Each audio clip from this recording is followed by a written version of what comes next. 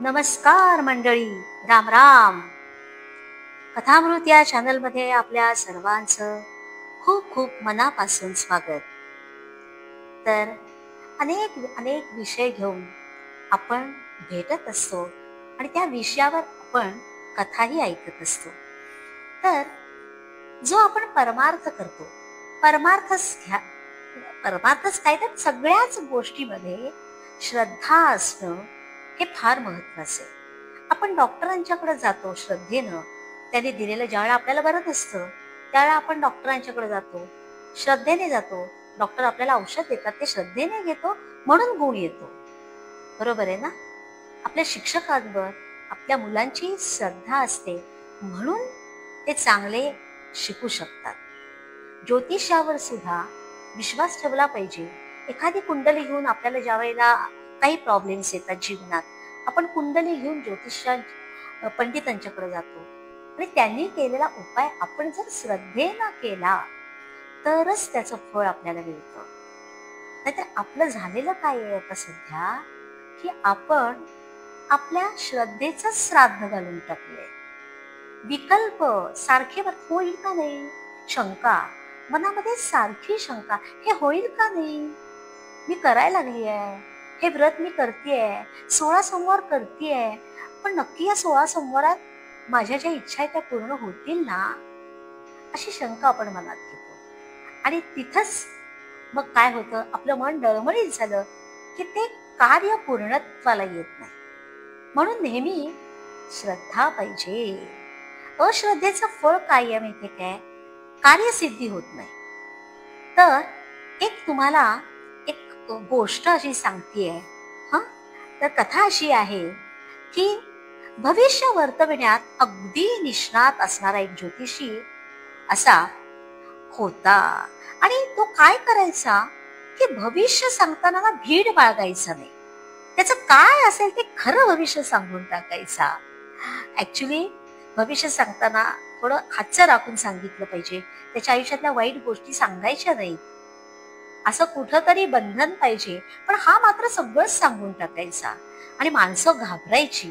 आणि त्यामुळे याचा परिणाम असा झाला की त्याच्याकडं कुणीही भविष्य बघायलाच येईना.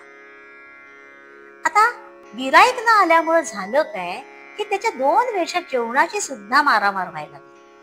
आणि बायको नेहमी टोचून बोलायची. एके दिवशी तिनं देखील बघितलं की आता इतके दिवस झाले पोटाला काही मिळत नाहीये, काही खायला मिळत नाही 2 वेळेला. तेव्हा ती म्हणाली एकदा, अहो, जी विद्या पोटभर भाकर सुद्धा देऊ शकत नाही तिला घेऊन काही चाटायचं. यावर ज्योतिषी म्हणाले, अगं यात विद्येचा काय दोष, आपले प्रारब्धच तसे. होय ना? बर, तर आता हे बघ, तू चिंता करू नकोस बर का. आता या विद्येच्या बळावर ज्वारीचे मोती करून मी तुला देतो. मी असा एक मुहूर्त काढणार आहे आणि त्याचा विधी कसा आहे माहिती का, एका चुलीवर हंडावर पाणी ठेवायचं आणि हवी तेवढी ज्वारी घेऊन बसायचं. मी मुहूर्त येताच हो म्हणेन त्या सरशी उकळत्या पाण्यात तू ज्वारी टाकायचीस आणि मग पहा कसे मोती होतात ते. ज्योतिषाने सांगितले, पण त्या बाईचा विश्वास बसे ना त्यात. आणि आपल्या पतीवर तर बायकांचा विश्वास नसतोच. तरी सुद्धा पतीच्या भिडेस्तव तिने ते मान्य केलं आणि ज्वारी आणायला शेजारी गेली. शेजारच्या बाईनं चौकशी केली तिच्याकडं, बाई कशाला ज्वारी पाहिजे. तिनं सगळी हकीकत सांगितली. आणि शेजारची बाई ही श्रद्धाळू होती. तिनं विचार केला की मुहूर्त जर येणार असेल तर सगळीकडेच येणार आहे तो मुहूर्त, मग आपणही या संधीचा का बरं फायदा घेऊ नये. असा निश्चय करून तिनं ज्योतिषाच्या भिंतीला, ज्योतिषाचं घर होतं ना त्याच्या भिंतीला लागूनच एक चूल बनवली आणि हंडावर पाणी त्यात भरून मुहूर्त येण्याची ती वाट पाहू लागली. ठरल्या वेळी मुहूर्त येताच ज्योतिषी म्हणाला, ते ऐकून शेजारील बाईने ज्वारी पाण्यात टाकली. तो काय आश्चर्य, त्या सर्वांचे क्षणार्धात मोती झाले.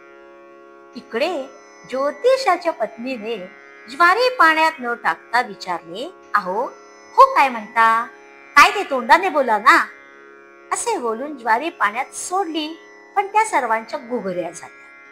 कारण विलंब केल्यामुळे मुहूर्त टळला होता. ज्वारीच्या गुगऱ्या झालेल्या पाहून तिचा क्रोध अनावर झाला. ती फणफणत म्हणाली, मी सांगितलं होतं ना तुमची विद्या निरर्थक आहे म्हणून. त्यामुळे 20 शेर ज्वारीचे उलट कर्जच झाले. इतक्यात शेजारीण बाई एक शेर मोती घेऊन तिथे आली आणि म्हणाली, महाराज, आपल्या वचनावर विश्वास ठेवल्याने माझ्या ज्वारीचे मोती झाले. ही आपल्या कृपेची अल्पशी भेट आपणास अर्पण करीत आहे. ती बाई गेल्यावर ज्योतिषी म्हणाला, पाहिलेस, मुहूर्त अगदी खरे होते, पण तुझ्या अश्रद्धेमुळे त्याचे फल तुला पदरी पाडून घेता आले नाही. तर मंडळींनो, या कथेतून आपण काय शिकलो? त्या कथेचं तात्पर्य काय आहे?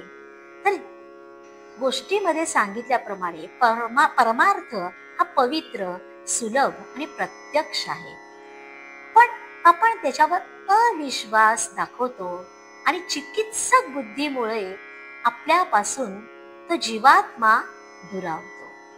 आणि म्हणून काय करायचं? आपण श्रद्धेची कास धरायची. लक्षात आलं? तर आजची कथा आपल्याला कशी वाटली नक्की कळवा. आणि उद्या आपण आणखीन एक नवीन कथा घेऊन परत भेटणार आहोत. तोपर्यंत राम राम.